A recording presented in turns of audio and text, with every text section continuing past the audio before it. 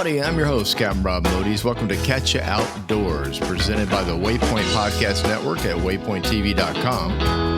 Besides doing podcasts, I'm also a published author. Bridge to Paradise, a book of short stories about travel, fishing, and life in the slow lane is available on Amazon Kindle. And so is What I Know About Fishing Southwest Florida, an in-depth book about fishing the waters from Pine Island Sound south to the 10,000 Islands. Book 3's on the way. Title's been changed once again.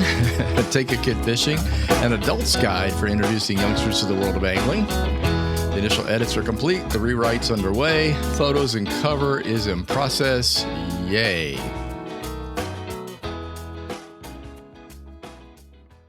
Today's episode is 51, titled Just Fishing.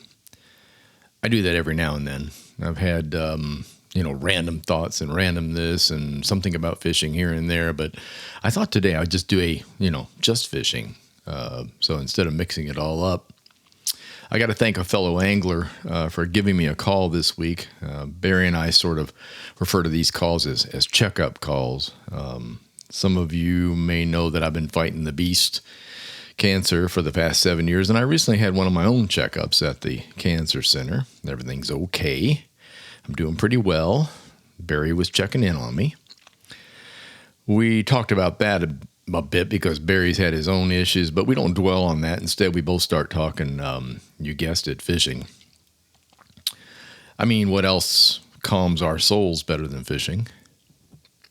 Yeah, some of you understand. Well, maybe the beach. I like the beach a lot. It also calms my soul. That and a good book. Anyhow, when I hung up with him, I thought to myself, it's been a while since I just did one that was just fishing. So here you go. My initial thought, fall's on the way. Not here in the Keys, but fall's on the way in a lot of other places. I have a great many friends and a great many past customers from charter trips who live up north, and I follow them on Facebook and Instagram, and I see their posts, and I've seen campfires. I've seen more clothes than usual. Obviously, pro football started officially this past weekend. I'm doing this on Monday morning, so this was Sunday. And so, all those are signs that here it comes. But even down here, there's changes. Days are getting shorter. The sunsets are beautiful, and the sunrises are beautiful right now. We've still got an awful lot of storm clouds around in the morning, especially in the morning. Some in the afternoon, but quite a few in the morning off the Atlantic. And it gives the sky this really beautiful, warm, orangey glow in the morning. The breeze is down a little bit. It's been up and down, but it's down more. As we move into September, late September, things get a little weird with the hurricane season, but so far we've been extremely lucky. But fall is in the air, as I like to say. You don't notice it here because it's still 95 degrees during the day and like 84 at night, but it's getting there. And I think the fish feel it too. I know for a fact that the southwest coast of Florida will certainly have the first batch of, oh gosh, here it comes. For me, anyway, that's the place that I am most familiar with, and I think that's where I'm going to start. I'm going to start over in the southwest area. Water's cooling down a little bit, not much. They've had some rain, and the rain helps cool it off. Tides are up. We've got some king tides, actually, all the way till, I think, the big tide in the middle of November is a king tide. So some serious high tides. I saw a video from Estero River. Yeah, it was Estero River. Estero River Outfitters was doing something with some of the new kayak stuff that they've just gotten in, and a new boat they got. And they took the pictures right off of their dock behind the place. It's right next to US 41, and the Estero River runs under there, and they're just to the, they'd be on the east side of the road, and the water was over the dock, the dock that you walk down to put your kayak in the water in, and I was like, wow, water is way up. So the king tides are definitely happening. Water's moving, and it's what's happening now is it takes a while for the moon and sun to get into adjustment for fall. The sun is now falling toward the southern horizon. As it falls further and further, things get colder and colder up north and cooler in Florida. It also pulls the water with it. So for the time being into November, you're going to have some really high water, and then once the sun gets lower on the horizon near December 21st, the first day of winter, you'll start to have less and less water. The water will start to go away. And so that's kind of what's happening right now. We're in that transition phase. Still warm, still soupy, humidity-wise, but the fish know. They do. They absolutely know. Something Barry and I were talking about. We're talking about black drum. That's my winter fish. I like going after it on the West Coast in the wintertime. I don't really go after them in the summer, or not even really so much in the fall, although they can be caught.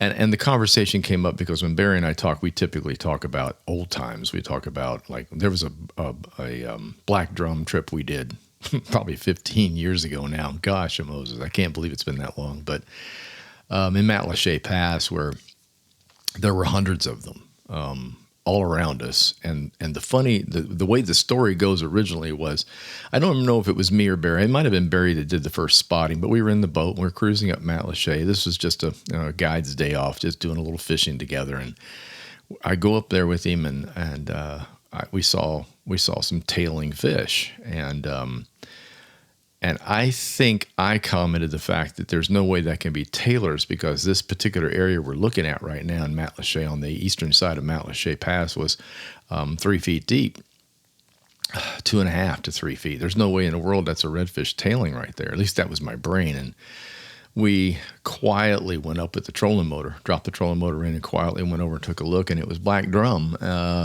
So we're talking a 3 to 4 foot long black drum with huge tails. And what a fun morning. We actually caught them on artificial. That was the crazy thing. We didn't bring bait that day. We were tossing soft plastics and stuff like that in the bushes, which is typically what we would do when we're hunting for reds. And that's actually what we were doing that day, was hunting for reds on the eastern side of Matlacha. And lo and behold, there they were. And eventually we hooked up with 3 or 4 altogether, and lost every single one of them. They were huge. I mean, we were grossly under tackled. I caught a 79 pounder. No, 70, I take that back, 73 pounder in Matlacha Pass. That's the largest black drum I've ever seen come to the boat. So there's some really, really big ones in there at certain times of the year. So look for that when it cools off. I mean, I would highly suggest cruising the east side of Matlacha Pass and taking a serious look when we start to get into, probably, I would guess, late October. On the west coast of Florida, in the Lee County area, so we're talking Charlotte Harbor, south down into toward Naples. The water in that area cools off pretty dramatically, pretty quickly when the weather changes, and usually we get our first cool weather around Halloween. It's not unusual, actually, to get our first front, like right in the middle of October, sometimes early, around the 10th or 11th of October. And if that cool down happens, that's when you want to go. I mean, you really do. That first shock to the system seems to really work to get the fish going. The water's not cold enough for them to run from it by any means, but it drops the temperature a few degrees, and that gets them pretty excited. So that's what we talked about. We were talking about what to throw at them. Shrimp. If you really want to catch a black drum, get you a jig head and put shrimp on it. I'm pretty partial to golden jig heads or brown jig heads, something that's kind of earthy colored. I don't usually use bright stuff, white or chartreuse or anything like that. Just something that, looks like dirt. And the drum are very, very receptive to shrimp. They love crustaceans. That's what they're all about. And so you'll probably do pretty well. I guess the best tip I can give you, and Barry and I talked about this, is that they can be hard to find, but once found, patience pays. Let's put it that way. Once found, stick to the area and keep working it. And you'll probably get 2 or 3, sometimes 4, all in the same pocket. And you may fish the pockets within 15, 20, 25 feet and not raise a bite.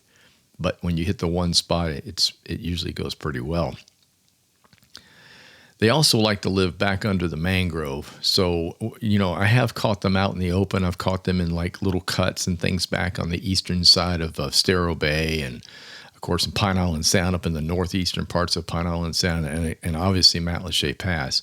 But they tend to really prefer to be back under like an edge or an overhang, if you will. And I found, for those of you that are hunting for black drum, I found edges work the best. In other words, mangrove edges, to me, they come in two forms. They're either like, roots are real far apart, kind of like your hand, if you just hold your hand like a claw. And the fish can swim into that and move all around in that, but it maintains that all the way back into the deep mangrove. And then you have the ones I call a wall, where the roots are so tight together, they form literally a wall of mangrove root that most larger fish can't get through or swim through. Little guys can, but the big guys can't. That's where I tend to find the black drum the most. They'll sit right on the outside of those walls, usually in 3 to 4, sometimes 5 feet of water. Those walls can be quite deep compared to the rest of mangrove that we fish on the west coast of Florida. And so that's really what you're hunting for. And then shrimp, fresh live shrimp. I'll take the tail off and pin them on a jig head backwards, and then toss them as close as possible to those walls. And then don't move it. Leave it alone. A lot of times moving it around won't work. They don't respond well to other cut fish. They don't care for ladyfish. I mean, I'm not going to say I haven't caught one by accident. I have. Live bait, they'll hit it every now and then, but what they really, really like is a nice fresh shrimp thrown right up in the bushes. So fall's coming, that's one to look for. Sea trout will really start moving around on the open grass flats, especially as the days get shorter and the air cools. You'll get a lot of sea trout moving out onto the flats. Some that have been in the passes and some that have been around on the beach sides will start to move inshore and come inside of the bays. I don't have any real special areas for sea trout. They're kind of everywhere. I suggest that you just fish hard for them. Around the Sanibel Bridges is usually pretty good. Inside of Matlacha Pass, right after you roll inside of Big Carlos Pass, those big open flats in there, you can usually find sea trout in there, especially in the back. It's pop and cork time. When you get into fall, the cork works really, really well. I mean, I use it in the summer too, but I prefer like a fall winter fishing for using pop and corks. And I do a lot of artificial fishing, and I recommend that. DOA makes fantastic artificial shrimp that you can hang under a cork. So does Gulp. And there are other manufacturers out there now, Live Target. A lot of people have got really great looking shrimp. So match the hatch, find something that looks similar to what's in the water and do it that way. The rules just changed on redfish. If you're not aware of it, if you're fishing, you probably already are. It happened about a week ago, 2 weeks ago now, I guess. Redfish is open now in Southwest Florida. It was closed for a long time. So you can take 1 per person per day, 2 per boat. So if there's 4 of you fishing on a boat, you're only allowed 2 redfish between all 4 or 5 or 6 of you. So keep that in mind. Slot limit's the same. The only thing that changed was the boat bag. Everything else is pretty similar. There's some controversy. There should be. Redfish are doing quite well. They're making I'd say they're making a pretty decent comeback. Now, remember, I haven't fished the west coast of Florida in a year, but the people that I've talked to have, and they said things are doing pretty well. If you want dinner, I kind of get it. But there's so many other fish out there that you can target, especially in the fall season, that'll fit the bill. When fall rolls around, sheepsheads start moving in. That's something I love sheepsheads. Sheepsheads are very tasty fish. Not much fun to clean the daggone things, but they're very tasty. But yeah, you need to know redfish is open. They made a special closing of snook. They originally announced it was going to be snook and reds have opened. The season basically opened again as it would on September 1 for snook. And then enough people, thank you people, said, what? No, leave them alone for right now. Would you? We're just getting to the point now where we're getting a really nice snook. We're finding them in all the places where they used to be.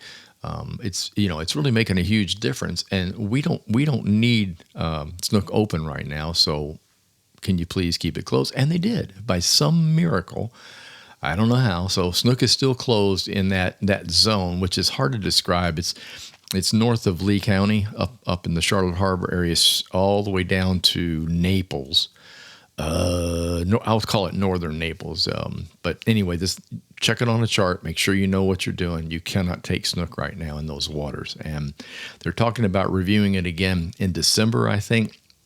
So we'll see what happens then. Let's move. Let's go east, way East Coast, where I used to live. It's funny to think that I have bounced all over Florida. When I came back to Florida, post Coast Guard, post Louisville, Kentucky days, I came back to Miami.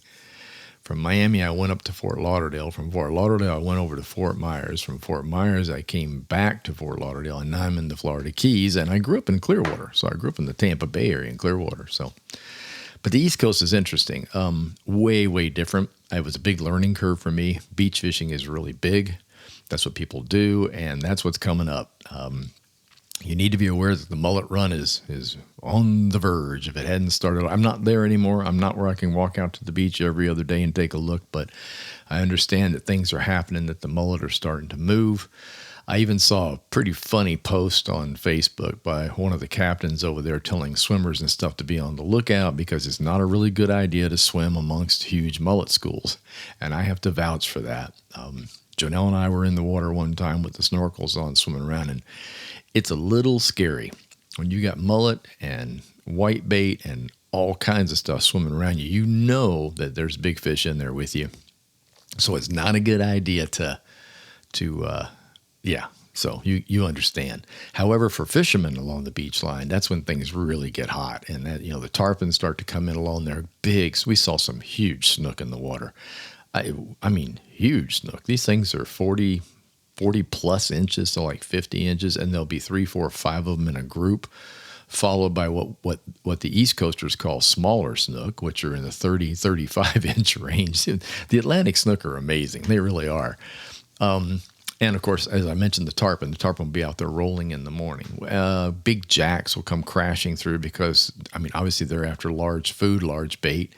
So it's quite interesting. So that's something to look forward to. As the temperatures start to change, the days get shorter, the runs will start happening along the beach, and you'll have 2 or 3 solid months of this where you'll be working fish from I would say end of September, all of October, big chunk of November. It's pretty good. And then don't forget to check in with the guys up toward Jupiter who are doing the Pompano thing. And they'll obviously have all kinds of reports online. So it's something I can't speak to. I don't fish that area, but by all means, it's something that's going to happen along the East Coast, no doubt about it. As you travel a little further down the East Coast, it gets more normal, I guess you call it. For me, Biscayne Bay has always been really interesting. Crystal clear water, the chance to get bonefish permit, also tarpon. Biscayne Bay has had some issues. The upper bay and the bay close to Miami has had some water quality issues that they're aware of it. They're working on it. I don't know what's going to happen. Miami, like everywhere else, is building. That's all we do right now is build stuff. And we're covering up the ground with concrete. And I was just recently over in Fort Myers, like I said, for my cancer checkup. And, I was just awed at the amount of building that's going on there. I hadn't been up. I purposely drove up to the northern part, up by, not northern, central really, Pagefield. Jonelle and I are, as you all probably know, freaks about Florida plants, butterflies, butterfly plants, that kind of stuff. And there's all native garden center is up there by the airport, and they have nothing but native plants. And I was sent on a mission after the cancer checkup to go pick up some plants and stuff for the butterflies that we have down here in the Keys. And I rode out the back way. I went down, through the back of the airport, down around Daniels and out that way. And I was just floored. I was absolutely floored at how much stuff is being built on places where I used to park a car behind a store and fish a lake. It ain't there anymore. I was like, holy cow. So it's a problem, and everybody needs to be aware of it. Of course, we got a zillion people moving here because Florida's got good press. And when you have good press, people want to be a part of it. So I guess there's that. But anyway, as you go down to Biscayne, Biscayne is one of those places. It's I like to think of Biscayne Bay as a transitional body of water. You were still out by the Atlantic Ocean. You're still up in the Miami area, quite frankly. I mean, there's flats up in there that you can actually fish for sea trout and stuff like that, redfish and things, snook. But as you go south, it changes to more like like coral.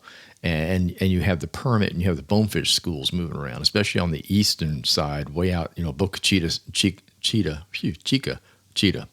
south. And, it's something that you really need to be aware of, because those of you that have that on your bucket list to do permit and bonefish, it's a pretty good place to look. They don't get pounded real hard there. Hard to find, but they don't get pounded real hard there. And then, of course, you have the power plant. You have the nuclear plant down there, which creates a warm water effluent down in that one area of the bay. Now, you can't get close to the nuclear plant anymore, but you can certainly tell a difference in water temperature when you fish that area. So something to look at, something to go check out if you're moving on the East Coast. Now, while we're talking about that, I'm going to throw the freshwater in. I was going to save it for last, but I think this is probably a good place to put it, because Lord knows the freshwater on the East Coast is amazing. Peacock bass, if you follow posts from people on the west coast of Florida, you can see that peacock now have finally moved in, especially in the Naples area north up, and they're all over the place. Actually, we haven't had a serious cold front yet, and if we do, that's going to knock them back quite a bit. But there's a lot of peacock now on the west coast. However, the exotics on the east they're there, they're big, and there's a mixture of them. Snakeheads are something that people are really starting to target now. Clown knifes, that's another one, and of course the peacock. I would say that's kind of like the big three. Almost any freshwater impoundment on the east coast of Florida, Palm Beach County, Broward County, Miami-Dade County, and then inward toward the very, very eastern edges of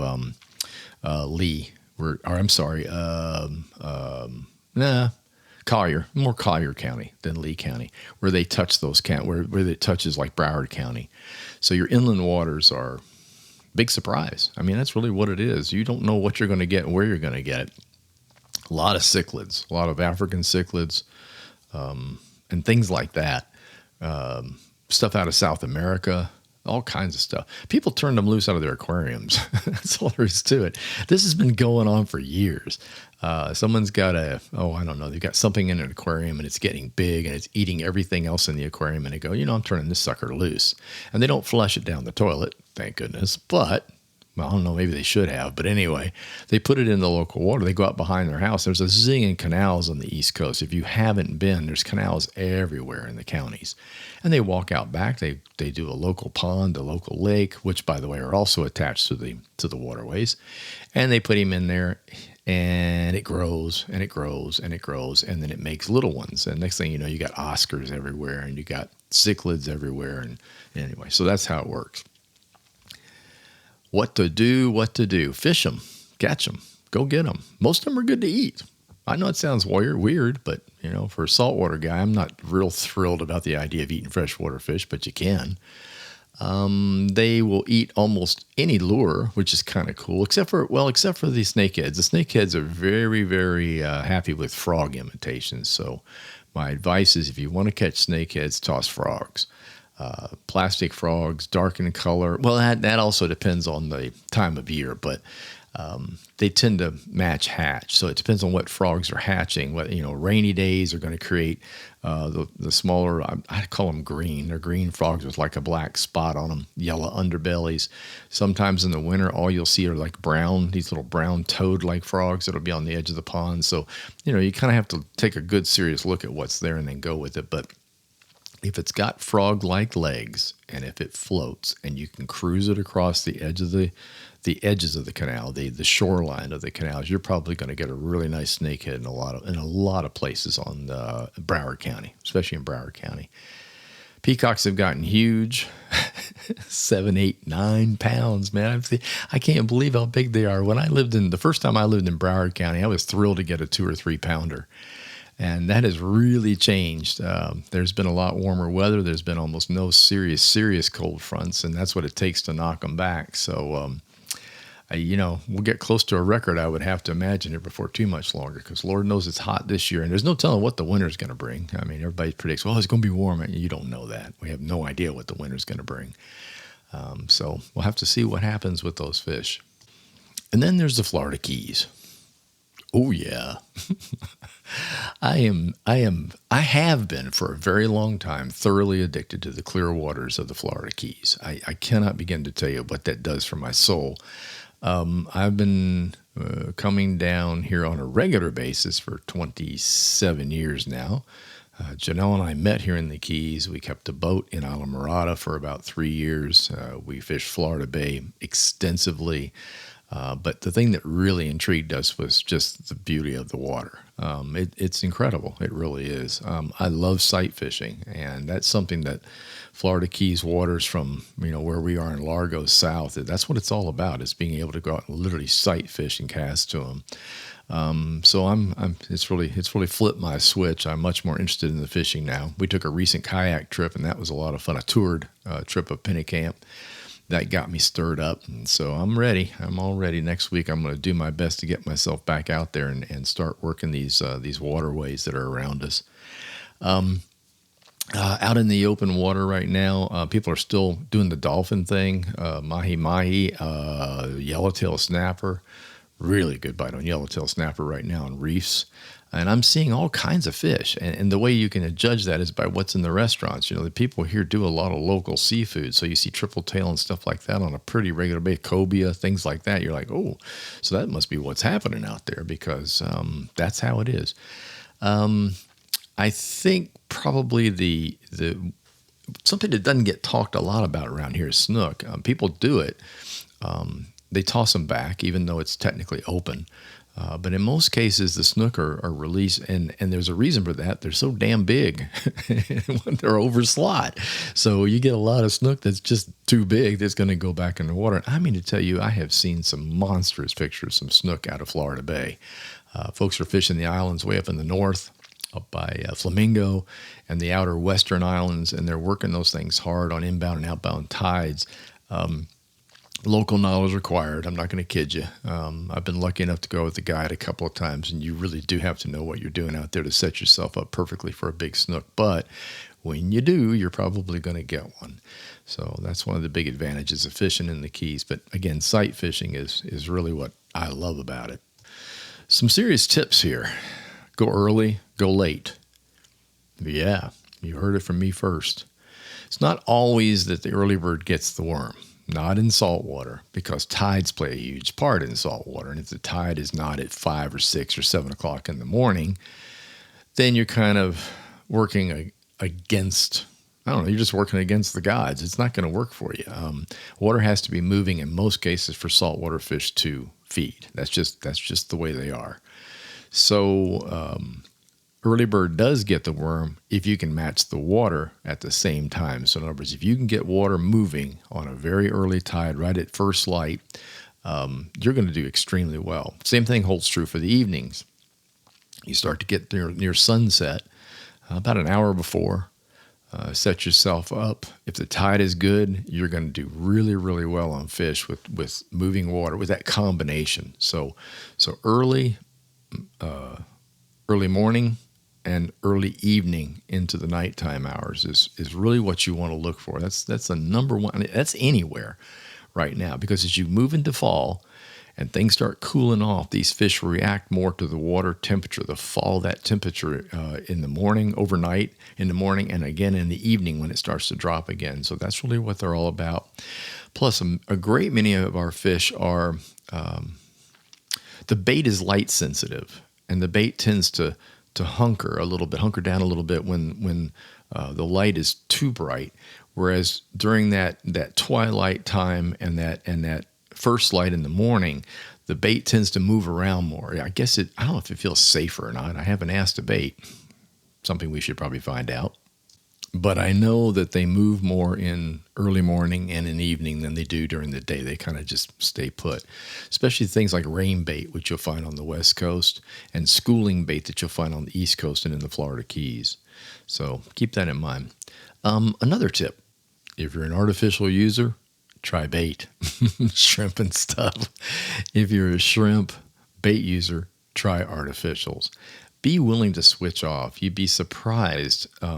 Something, I'm not going to say that shrimp doesn't work, because it does. And so does white bait, cut mullet, all kinds of stuff.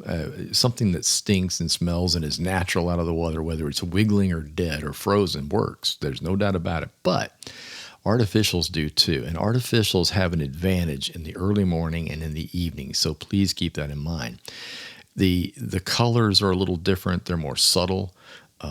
The things aren't as bright. The visibility of a bait that you're using, of an artificial that you're using, is not exactly the same as it is in the middle of the day, especially when you involve sunlight with it. So it's more of a silhouette kind of thing. And I have found that artificials do extremely well first thing in the morning, and also really, really well in the evening as the sun's going down. You start to lose that glare. You start to lose that definition. And the fish can't quite figure out, like, what is that moving? I'm going to hit it. I'm going to eat it right now before it moves away. So there you go. So don't be afraid to switch off. In the daytime hours when you're working those artificials and you're not having much luck, put some bait on. Just do it. Just get it over with. Get you a chunk of shrimp, put it on a jig, bounce it across the bottom. You'll probably catch the fish that are not going to hit the artificial. Again, they see better. The water can be clearer. You got lots of sunlight on top of the water. The fish goes, that don't look right. And they just won't do it. So please keep that in mind. That's something that you can actually do to really, really help your catch ratio. Well, that's it. I hope you enjoyed it. I'm going to try to do just fishing more often, because people are sending me notes going, do just fishing again. We'll just talk some fishing. Okay, so there you go. Got a little taste of it. I have no idea what I'm doing next week. Haven't even thought about it, but we'll work something out. Thank you so much for listening. I appreciate you taking the time to tune in. If you enjoyed the podcast, please tell a friend and leave a review. My podcasts are scheduled each and every Tuesday. Catch You Outdoors is presented by the Waypoint Podcast Network and is available on Waypoint and by many of your favorite podcast providers. Facebook page, Catch You Outdoors, website, waypointtv.com and catchyoutdoors.com. Until next time, get outdoors and enjoy.